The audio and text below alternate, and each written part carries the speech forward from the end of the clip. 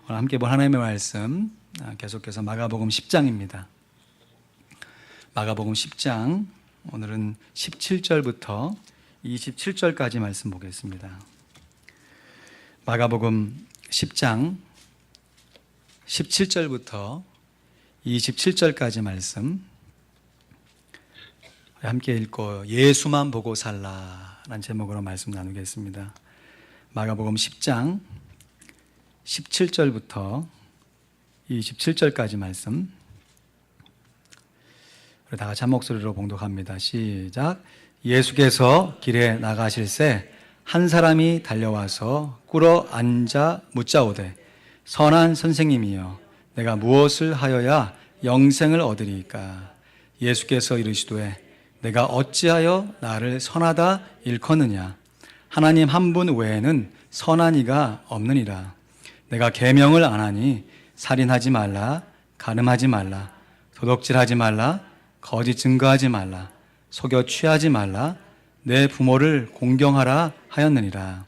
여짜오되 선생님이여 이것은 내가 어렸을 때부터 다 지키었나이다. 예수께서 그를 보시고 사랑하사 가라사대 내게 오히려 한 가지 부족한 것이 있으니 가서 내 있는 것을 다 팔아 가난한 자들을 주라. 그리하면 하늘에서 보화가 내게 있으리라. 그리고 와서 나를 좇으라 하시니 그 사람은 재물이 많은 고로 이 말씀을 인하여 슬픈 기색을 띠고 근심하며 가니라. 예수께서 둘러보시고 제자들에게 이르시되 재물이 있는 자는 하나님의 나라에 들어가기가 심히 어렵도다 하시니 제자들이 그 말씀에 놀라는지라.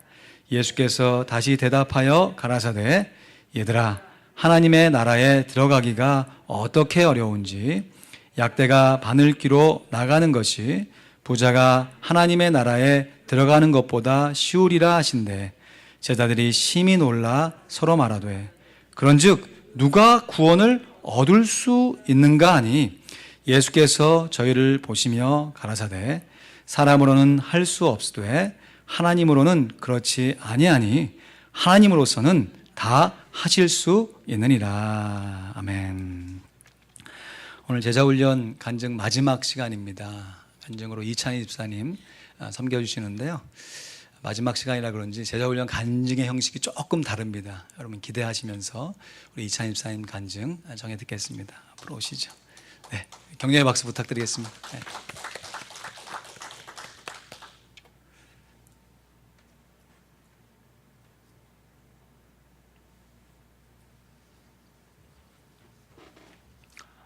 안녕하세요. 반갑습니다. 이찬희 집사입니다.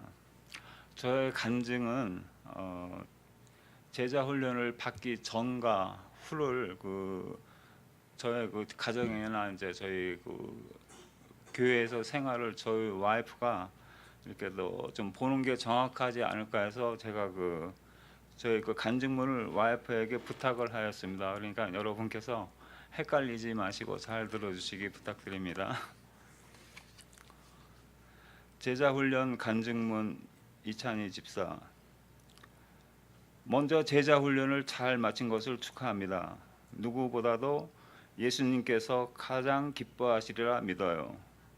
뭘 쓰고 암송하고 읽는 것을 참 싫어하던 당신이 제자훈련을 이렇게 잘 마쳤다는 사실이 믿기 어렵네요.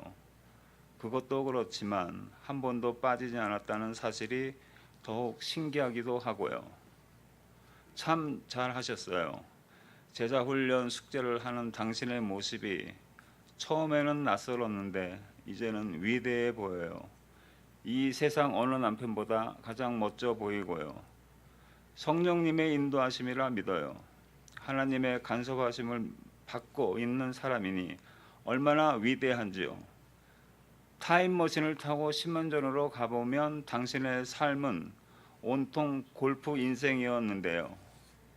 골프가 당신이고 당신이 골프했던 시절 당신의 아내는 참 외로웠었는데 도대체 저 남자는 왜 결혼했나 싶었고 생각을 하고 사는 사람인가 싶었고 골프 약속 말고는 약속을 지키는 법이 없는 정말 저렇게 사는 인생도 있구나 싶은 이해하기 힘든 사람이 세상에 딱 하나밖에 없는 이상한 사람이었죠.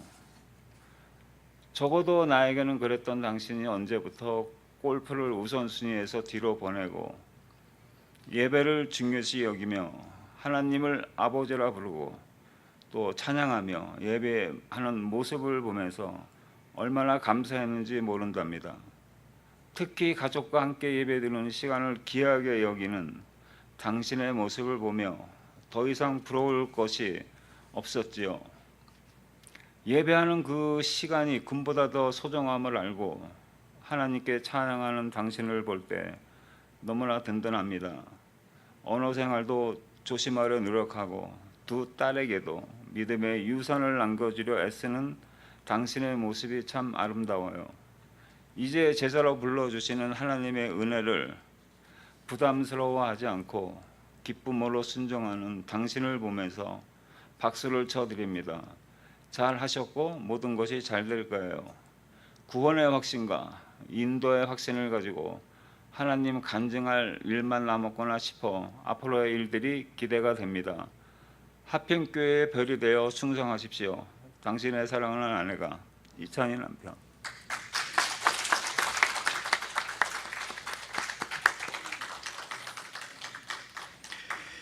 저도 제자훈련 간증 여러 번 듣고 했는데 이런 간증의 형식 참 괜찮죠? 우리 함께 이제 앞으로 제자훈련이 계속 진행될 텐데 여러분 기대해 주시고 또 양육훈련 마치신 분들 이제 앞으로 다음에 제자훈련 있게 될 때 꼭 참여하셔서 이런 기쁨과 감사를 마음껏 누리는 우리가 되었으면 좋겠습니다. 오늘 마가복음 10장 6번의 설교 중에 세 번째 설교를 나누는데요. 여러분 주보에 있는 설교 나눔지 그냥 두지 마시고 꼭 잘 활용하시고 또 거기에 나와 있는 적용 질문 가지고 배우자와 또 가족과 함께 성도와 다락방 식구들과 함께 같이 이렇게 쉐어링하시고 말씀을 실천에 옮기셨으면 감사하겠습니다. 오늘 말씀에 보면요, 예수님께 당돌하게 나와서 질문하는 한 사람이 있습니다. 17절 말씀에 보니까 제가 읽겠습니다. 예수께서 길에 나가사 하실 때 한 사람이 달려와서 꿇어앉아 묻자오되 선한 선생님이여 내가 무엇을 하여야 영생을 얻으리이까. 우리가 잘 아는 대로 이름하여 부자 청년의 질문이에요. 청년인 것도 대단한데요, 그것도 두려운데 거기다가 부자래요. 그리고 누가복음에는 이 부자 청년을 관원으로 소개하고 있습니다.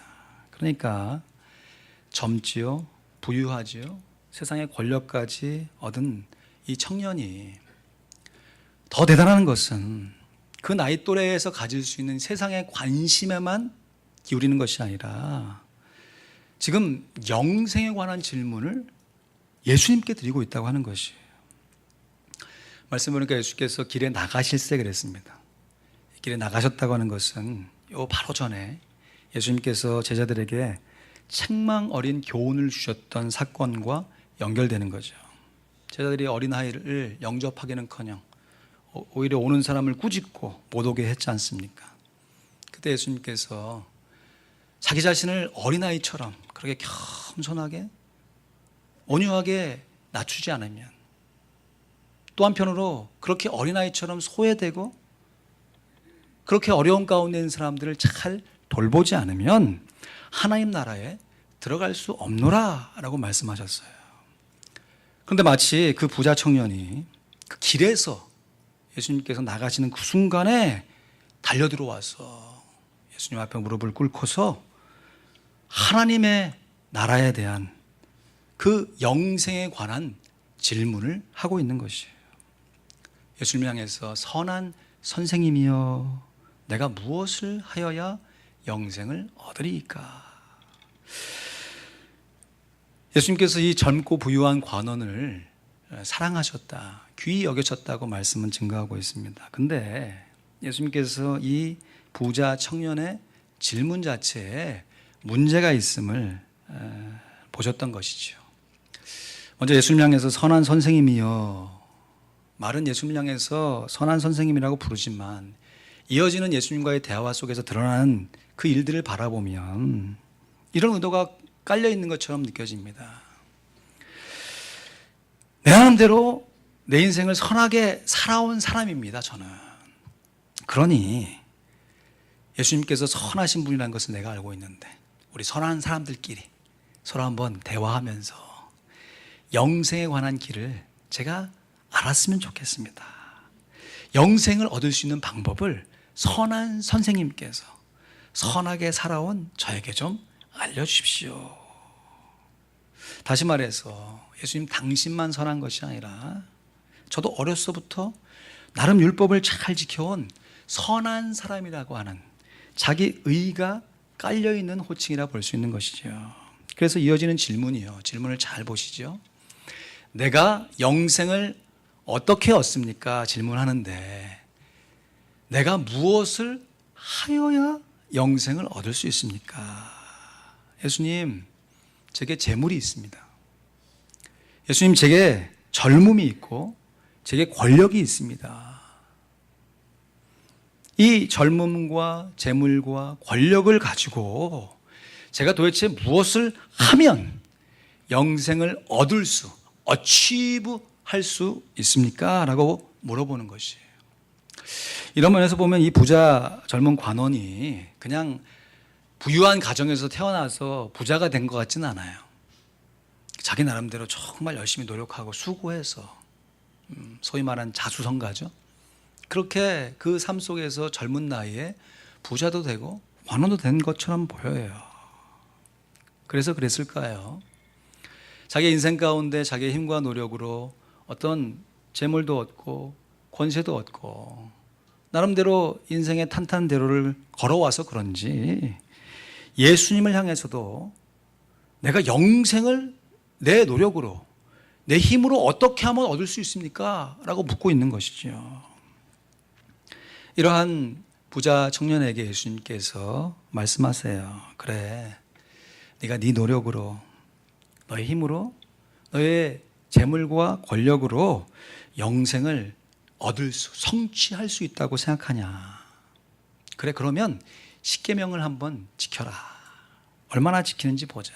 그런데 마치 기다렸다는 듯이 이 청년이 이러한 계명들은 자신이 어려서부터 다 지키고 있는 것이라고 대답해요.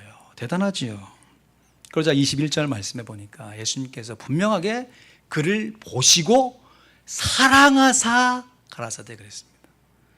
예수님께서 지금 뒤에서 하는 말씀이 이 청년을 핀잔을 주기 위한 거나 이 청년이 지금 영생을 얻어가는데 걸림돌이 되도록 만드신 것이 아니라 이 청년을 돕기 위해서 이 청년을 사랑해서 한 가지 중요한 도전의 말씀을 주시는데 그것이 내게 오히려 한 가지 부족한 것이 있는데 가서 내 있는 것을 다 팔아 가난한 자들을 주라. 그 당시에 소외되고 어려운 환경 가운데 있는 사람들을 돌봐주라. 그리하면 하늘에서 보화가 내게 있으리라.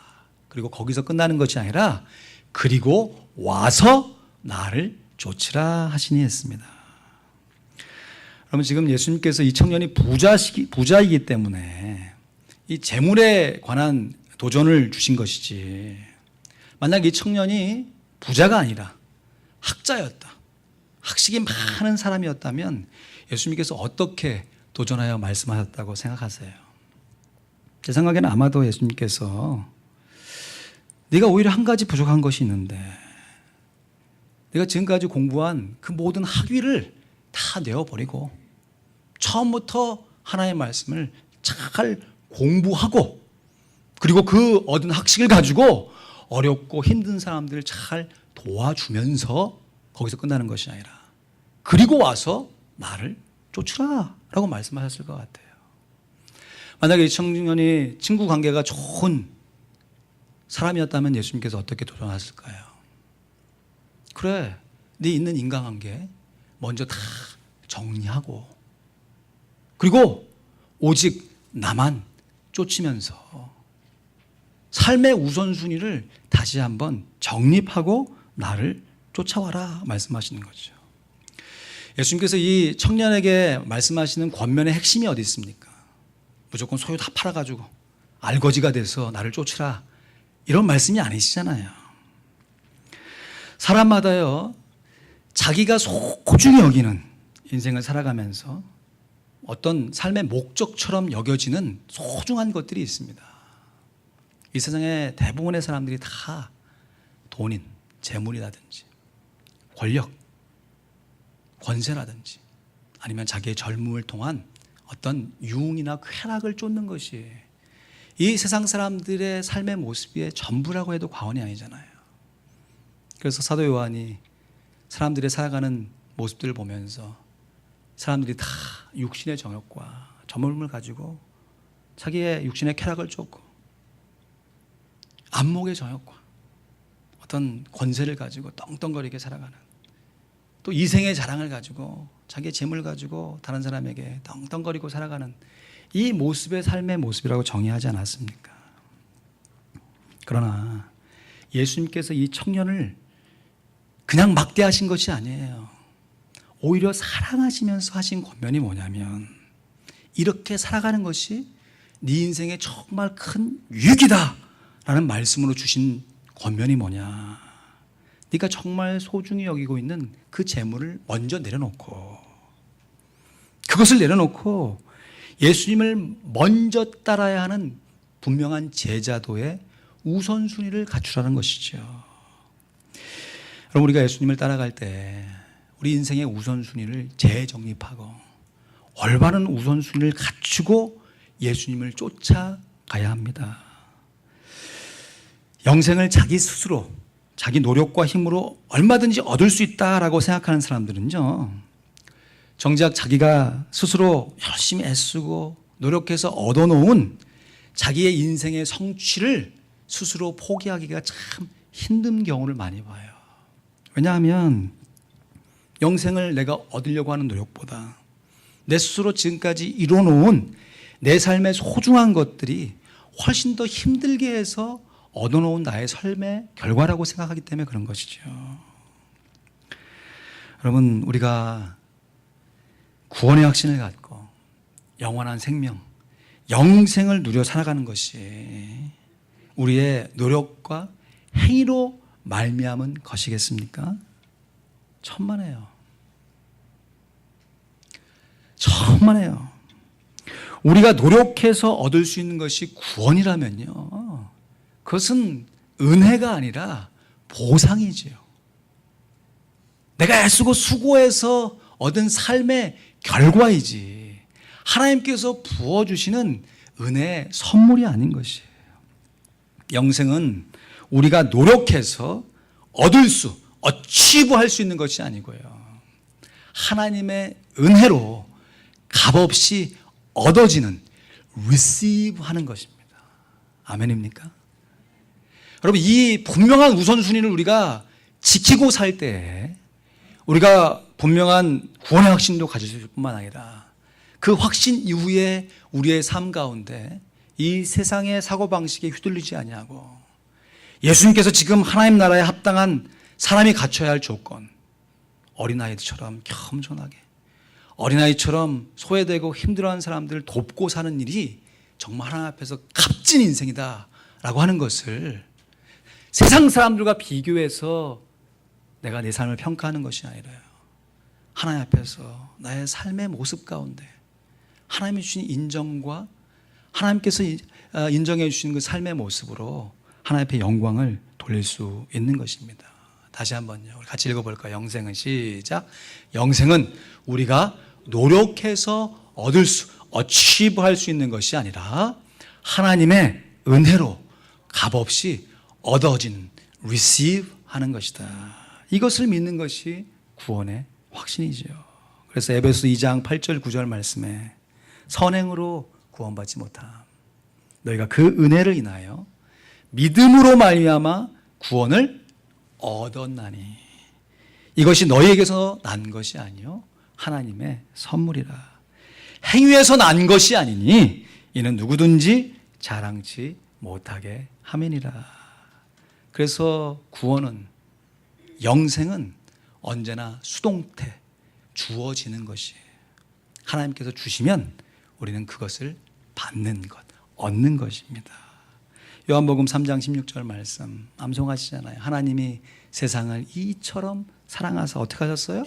독생자를 주셨어요. 주시니까 우리는 어떻게 해요? 받는 것이에요. 이는 그를 믿는 자마다 멸망치 않고 어떻게 해요? 영생을 얻게 하려 하십니다. receive 하는 것입니다. 우리가 예수님을 receive하고 영생을 receive해서 우리의 영원한 삶을 누려가는 것이죠. 이것은 우리들에게 선행이 필요 없다는 뜻이 아니라 영생을 얻는데 우리들의 선행은 조건이 아니라 결과가 된다는 뜻이죠. 이번 주 중에 BBS 여름상황학교가 열립니다. 저도 한국에서 어린 시절 신앙생활 할 때 그땐 참 지금도 잘 모르지만 한참 모를 때 절도 없고 교회가 뭔지도 모르고 그냥 친구들 따라서 막 어울려갈 때 그때 여름성학교마다 빠지지 않고 불렀던 어린이 찬양이 하나 있어요. 기억하시는 분 많을걸요. 돈으로도 못 가요 하나님 나라 힘으로도 못 가요 하나님 나라 거듭나야 가는 나라 하나님 나라 믿음으로 가는 나라 하나님 나라 아멘. 정말 아멘입니다. 지금 이 찬양에 저의 전부를 걸었다고 해도 과언이 아니겠죠. 그러나 그때는 정말 뭔지 모르고 그냥 부르니까 함께 불렀고 박수 치니까 함께 박수 치고 율동하니까 율동하면서 했던 찬양이에요. 아직도 기억나요.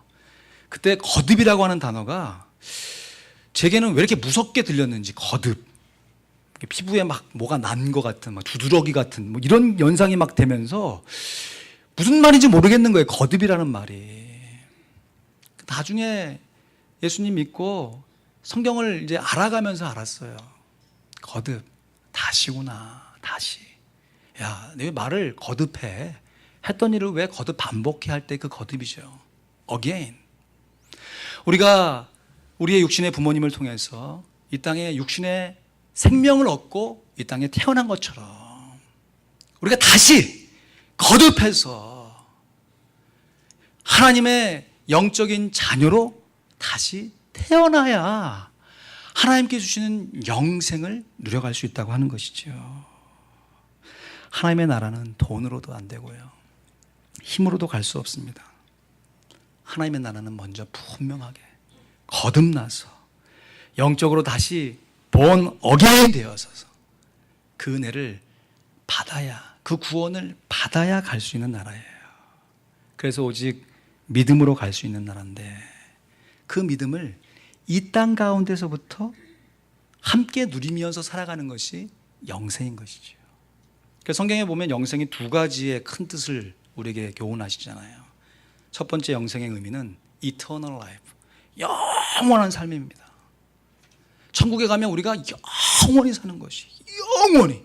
근데 그것이 지겹고 힘들고 어쩔 수 없이 사는 것이 아니라 기쁨과 감사함으로 살아가는 영원한 삶이 펼쳐지는 것이죠. 근데 그 삶이 내가 육신의 생명을 끝나고 죽어서부터 시작되는 것이 아니라 내 육신의 생명이 있지만 지금 이 땅 가운데 예수님을 바라보면서 예수님을 믿음으로 바라보면서 하나님이 어떠한 분이신지를 경험해가면서 하나님께서 내게 말씀하시는 내 인생의 목적을 이루어가면서 그 예수님이 어떠한 분이신지를 더 깊이 있게 알아가는, 머리로만 알아가는 거 말고요. 머리로도 알아야겠지만 우리의 삶의 체험으로 정말 이런 거구나. 이게 나에게 주신 인생의 목적이구나 라는 것을 온인격으로 깨닫고 때로는 이 세상의 가치관이 막 우리를 막 부추기고 우리를 조바심 나게 하고 우리를 비참하게 만드는 순간 속에서도 절대 흔들리지 아니하고 나의 인생은 죽어서 끝이 아니고 영원한 생명이 내게 있으며 그 생명을 내게 주신 그 하나님을 내가 어떠한 상황 속에서도 내가 체험하여서 그 하나님을 닮아서 하나님께 영광 돌리리라. 그것이 우리가 드리는 예배가 아니고 무엇이겠습니까? 예수님께서도 결론적으로 단언하시네요. 27절 말씀에 같이 읽을까요? 오늘 본문 27절 말씀, 마가복음 10장 27절 시작. 예수께서 저희를 보시며 가라사대 사람으로는 할 수 없으되 하나님으로는 그렇지 아니하니 하나님으로서는 다 하실 수 있나니라. 여러분 대명사를 보십시오. 지금 예수께서 그 청년만 바라본 것이 아니라 청년은 이미 떠나갔어요. 질문하는 제자를 향해서 저희를 보시며 그랬습니다. 보시며 가라사대. 제자들에게 지금 너희가 나를 따라올 때 어떠한 삶의 우선순위로 따라와야 되는지 이 청년의 예를 통해서 교훈하시는데 사람으로는 할 수 없다. 하지만 하나님으로 다 하실 수 있다. 우리가 구원받고 예수님의 제자로 사는 것이 하나님의 절대 주권에 속해 있는 것이기 때문에 제자들에게 교훈해 주셨던 바로 그 교훈, 어린아이와 같이 정말 어떤 순간 속에서도 하나님만 절대적으로 의존하여 살아가는 그 믿음으로 살아가라는 말씀이죠. 90이 된 노모가요 70이 되는 아들이 할아버지죠. 우리가 볼 때는 외출하려고 길에 나가는데 나가는 그 아들 뒷모습에다가 당부하는 얘기가 얘야 나가면서 길 조심해라, 차 조심해라 그런다고 하잖아요. 여러분 우리가 하나님 앞에서 늘 어린아이와 같지 않으면 우리 자신을 낮추고 겸손하게 우리의 힘으로 살아갈 수 없다는 것을 고백하지 않으면 우리가 얻은 구원을 어찌 누리면서 살아갈 수 있겠어요? 또 우리보다 어떤 면에서 더 연약하고 우리하고 비슷한 형편에 있는 사람들을 우리가 스스로 막아내고 예수님께 가야 되는 것을 우리 스스로 막아낸다고 하면 그 사람들은 언제 어떤 기회로 하나님의 자녀로서 그 구원의 기쁨을 맛보며 영생을 누리며 살 수 있겠냐 하는 것이에요. 자기 힘과 노력을 의지해 살아가는 사람들에게 오늘의 말씀은 큰 걸림이 될 것입니다. 내가 할 수 있는데 내 행위로 안 돼? 그러면 나보고 어쩌란 얘기야? 그러나 예수님을 영접하여 의지하여 살아가는 사람들에게 오늘 예수님의 말씀은 큰 위로가 되는 것이에요. 내 힘으로 할 수 없어요. 그러나 주님의 능력으로 주님께서 나의 삶을 인도해 가세요. 그로 말미암아 내가 영생을 얻기 위해서 헌신하는 것이 아니라 하나님의 은혜로 값없이 내게 영생을 주셨기에 그 은혜에 대한 감사함으로 하나님께 헌신하는 것이죠. 기독교는 이 자원하는 마음, 감격의 마음이 사라지면 더 이상 기독교가 아닙니다. 이 은혜를 오늘도 우리에게 공급해 주시고자 내가 구원받은 그 사실을 오늘의 삶의 현재적인 모습 속에서 다시금 떠올리게 하시고 그 은혜에 힘입어서 나의 힘겨운 삶 속에서도 충분하게 하나님께 영광을 돌리게 하시는 줄로 믿습니다. 우리 29절 30절 말씀 한 번 더 큰 소리 읽어볼까요? 시작. 예수께서 가라사대 내가 진실로 너에게 이르노니 나와 및 복음을 위하여 집이나 형제나 자매나 어미나 아비나 자식이나 전토를 벌인 자는 금세에 있어 집과 형제와 자매와 모친과 자식과 전토를 100배나 받되 핍박을 겸하여 받고 내세에 영생을 받지 못할 자가 없느니라. 우리 중에서는 이 말씀 오해하실 분이 한 분도 안 계시겠죠. 저는 어렸을 때 이 말씀 살짝 오해했던 적도 있어요. 그러면 예수님 믿으면 엄마도 버려야 되고 아빠도 버려야 되고 그땐 자식이 없었지만 앞으로 태어날 자식도 버려야 되고 이거 뭐 내 소유도 다 버려야 되면 나는 뭐가 남나, 이걸 내가 어떻게 하나. 제가 정말 심각하게 누가복음에 나와 있는 손에 쟁기를 잡고 뒤를 돌아보는 자마다 하나님 나라에 합당치 않다는 그 말씀 가지고 한 1년을 고민했던 것 같아요. 물론 그런 고민 자체도 하나님께서 귀히 여기실 줄로 믿습니다. 그러나 그 고민으로 우리의 문제가 해결되는 거 아니죠. 예수님께서 지금 이 모든 것을 다 버리라고 하는 것이 쓸데없이 다 내어버리라는 얘기가 아니라 우리가 지금까지 살펴본 말씀처럼 우리의 인생의 우선순위를 분명히 하라는 말씀이죠. 내가 이러한 모든 것보다 주 예수 그리스도를 더 사랑하는 마음의 자세가 있느냐? 그 믿음으로 살고 있느냐? 그렇게 남은 인생을 살겠느냐? 우리에게 도전하실 때, 아멘. 제가 그렇게 살겠습니다. 그것이 내 삶의 영생입니다. 라는 것을 고백할 때 하나님께서 우리를 통해서, 부족한 우리를 통해서 오늘도 영광을 받으실 뿐만 아니라 그런 삶의 과정 가운데 있는 다른 지체들에게 하나님의 사람으로, 예수님의 제자로서 어떻게 살아가야 되는지 그 삶의 본을 우리를 통해 펼쳐 보이시는 것입니다. 자기 스스로 구원을 얻기 위해서, 어치부하기 위해서 희생하면요, 물론 단기간 참을 수 있습니다. 이를 악물고 내가 이걸 얻어야 되니까 인내할 수 있어요. 참아낼 수 있습니다.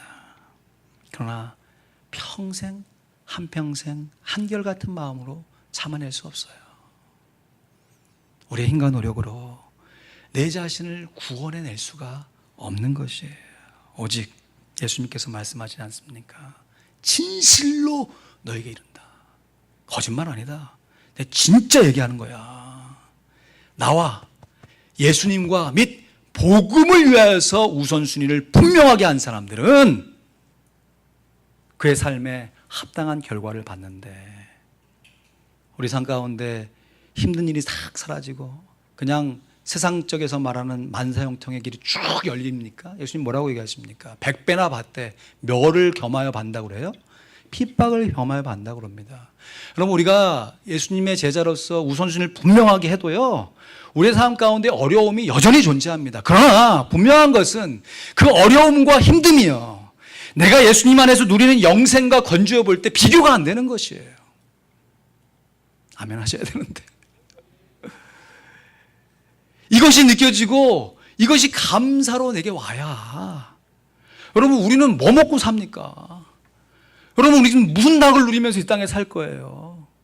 이 세상 사람들의 육신의 정욕, 안목의 정욕, 이생의 자랑 막 쫓아면서 자기 성공 목적을 위해서 그거 가지고 뭔가를 이뤄내는 막 삶을 살아갈 때 우리는 아니다, 그것이 아니고 천국이 있고 영생이 있고 구원을 받은 자로서 하나님을 증거하며 살아간다 라고 할 때 우리는 무슨 기쁨, 무슨 미천을 가지고 살아가야겠냐고요.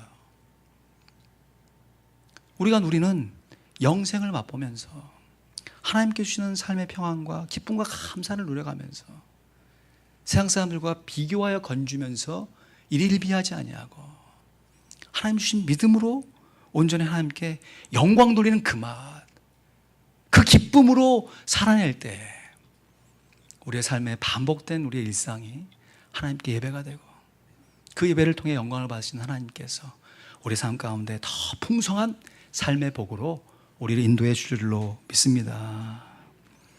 하나님의 은혜로 얻는 구원과 구원 이후에 우리가 해야 할 헌신은요, 마치 동전의 양면과 같습니다.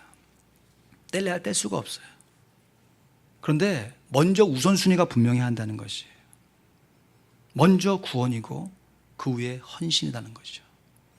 내가 구원받은 그 은혜에 대한 감사함으로 헌신할 때, 그 자원하는 마음으로 하나님께 나아갈 때 하나님께서 우리의 삶을 오늘도 인도하시고 우리의 삶을 통해서 영광을 받아주시는 것입니다. 예수님께서 사랑하셨음에도 불구하고, 그리고 사랑의 권면을 주셨음에도 불구하고 안타깝게도 이 젊은 부자 관원이요, 그 문제를 스스로 해결하지 못하고 오히려 자기의 많은 재물로 인해서 더 큰 근심을 안고 예수님을 떠나갔잖아요.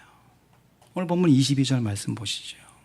그 사람은, 이 부자 젊은 관원은 재물이 많은 고로 이 말씀을 인하여 슬픈 기색을 띠고 근심하여 가니라. 올 때에도 자기 스스로 예수님께 다가와서 예수님께 질문하더니, 갈 때에도 자기 스스로 근심 보따리 치고 떠나갔습니다. 그러나 이후에 더 자세하게 살펴보겠습니다. 마가복음 10장 맨 마지막에요, 마치 이 데칼코만이라고 하죠. 미술에 보면 짝을 이루는 것 같아요. 이 부자 청년의 사건과 짝을 이루는 사건으로 소경 바디메오 사건이 마가복음 10장 마지막 사건으로 등장하는데요. 바디메오가 예수님께 불려 나올 때 자기 스스로 나온 것이 아니에요. 주 예수여 저를 불쌍히 여겨주십시오. 그러자 제자들이 예수님께 바디메오를 소개하고 오너라. 그때 바디메오가 감격의 마음을 가지고 감사의 마음을 가지고 예수님께 나와요. 그러고 나서 예수님으로부터 시력을 회복받은 이후에 결과적으로 어떻게 됐습니까? 오늘 마가복음 10장 52절 말씀 30절 이후에 예수께서 이르시되 가라 내 믿음이 너를 구원하였으니 너의 행함이 아니라 너의 믿음이 너를 구원하였으나 하시니 저가 곧 보게 되어 결과적으로 예수를 어디에서? 길에서 쫓으니라. 한 청년은 길에서부터 예수님을 달라 나와서 어떻게 하면 내가 내 재물과 젊음과 권세를 가지고 영생을 얻을 수 있습니까? 어찌 구할 수 있습니까? 당돌하게 물었지만 결과적으로 어떻게 됐습니까? 재물이 많은 거로 오히려 자기의 그 노력과 결심이 걸림돌이 되어서 슬픈 기색을 띠고 근심하고 갔습니다. 그러나 소경이에요. 사람들로 볼 때는 보잘것이 없고 그냥 소경이 아니고요, 거지입니다. 재물이 많은 것이 아니라 아예 없는 사람이에요. 그럼에도 불구하고 예수님을 향해서 믿음을 가지고 예수님께 나와서 자기 문제를 해결받은 이후에 예수님을 길에서 쫓아가는 바디메오. 관원과 소경입니다. 부자와 거지예요. 이 세상의 관점에서 보면 누가 구원을 얻은 어치브한 것이겠어요? 부자이자 관원이라 하겠죠. 그러나 하나님 나라의 관점에서 보면 누가 구원을 얻은 receive한 것이겠습니까? 우리가 살아가는데 재물이 필요 없다는 얘기가 아닙니다. 필요하지요. 그러나 이 재물로 모든 것을 어치브할 수 있는 것은 아니잖아요. 오히려 재물이 하나님의 은혜를 receive하는 것을 가로막을 수 있다고 하는 것이. 그래서 사도 바울이 그의 제자 디모데에게 이렇게 권면했습니다. 디모데 전서 6장 17절에서 18절 말씀에 같이 읽을까요? 시작. 내가 이 세대의 부한 자들을 명하여 마음을 높이지 말고 정함이 없는 재물에 소망을 두지 말고 오직 우리에게 모든 것을 후히 주사 누리게 하시는 하나님께 두며 선한 일을 행하고 선한 사업에 부하고 나눠주기를 좋아하며 동정하는 자가 되게 하라. 어린아이를 내게 오는 것을 막지 말고 어린아이처럼 겸손할 뿐만 아니라 어린아이처럼 소외되고 어려운 이웃들을 돌보라고 하는 하나님의 말씀과 뭐가 다릅니까? 일제 때 일본에서요, 일본인임에도 불구하고 홀로 신사참배를 반대했던 일본이 낳은 참 위대한 신학자 우찌무라 간조, 한국어로는 내촌 감삼, 이분이 돈에 대한 권면을 이렇게 말씀하셨습니다. 여러분 설교 나눔지에 있거든요. 설교 적용 부분에 나와 있습니다. 한번 보시죠. 같이 읽어볼까요? 시작. 돈으로도 침대는 살 수 있지만 돈으로 단잠은 살 수 없다. 돈으로 음식은 살 수 있지만 돈으로 입맛을 살 수 없다. 돈으로 유흥은 살 수 있지만 돈으로 행복을 살 수 없다. 돈으로 묵주, 십자가는 살 수 있지만 돈으로 구주, 구세주는 살 수 없다. 돈으로 종교의 사원, 건물은 살 수 있지만 돈으로 하나님의 나라, 영생은 살 수 없다. 말씀을 맺습니다. 오늘날 우리가 살아가는 이 시대, 어찌 보면 이 부요하고 젊은 관원이 겪었을 그 시대적인 모습과 전혀 비교할 수 없을 정도로 정말 모든 것이 다 돈으로 되는 이 세상 가운데 그것을 추구하는 것이 인생의 목적인 것 같은 그 삶의 모습 가운데 예수님께서 우리에게 동일한 도전으로 말씀하시는 것입니다. 너의 삶의 우선순위가 어디 있느냐? 너는 과연 인생을 어떤 목적으로 살아가겠느냐? 그 우선순위를 분명하게 하고 그 후에 나를 쫓을 것이니라. 예수만 보고 살라. 예수님만 바라보고 사는 우리가 되어야 할 줄로 믿습니다. 먼저 믿음의 주님이 온전케 하신 예수님을 바라보고 거기서 끝나는 것이 아니라 그 예수님으로 말미암은 구원에 대한 감격, 감사함으로 나의 모든 것을 다 드려도 그것이 나의 인생의 세월이든 내가 모아놓은 재물이든 내가 누릴 수 있는 권세이든 다 우선순위에서 내려놓고 예수님을 위해 살아낼 때, 예수님을 증거하는 복음을 위해 살아낼 때 한 번 사는 인생, 하나님께서 우리에게 정하여 주신 그 인생의 목적에 맞게 살아가는 것이고 그 삶의 과정 가운데 하나님께 영광을 돌리며 우리의 인생을 추억하며 하나님 나라에 들어가게 될 바로 그 순간 속에서도 우리가 감사하며 감격하며 하나님께 나아가게 될 줄로 믿습니다. 기도하겠습니다.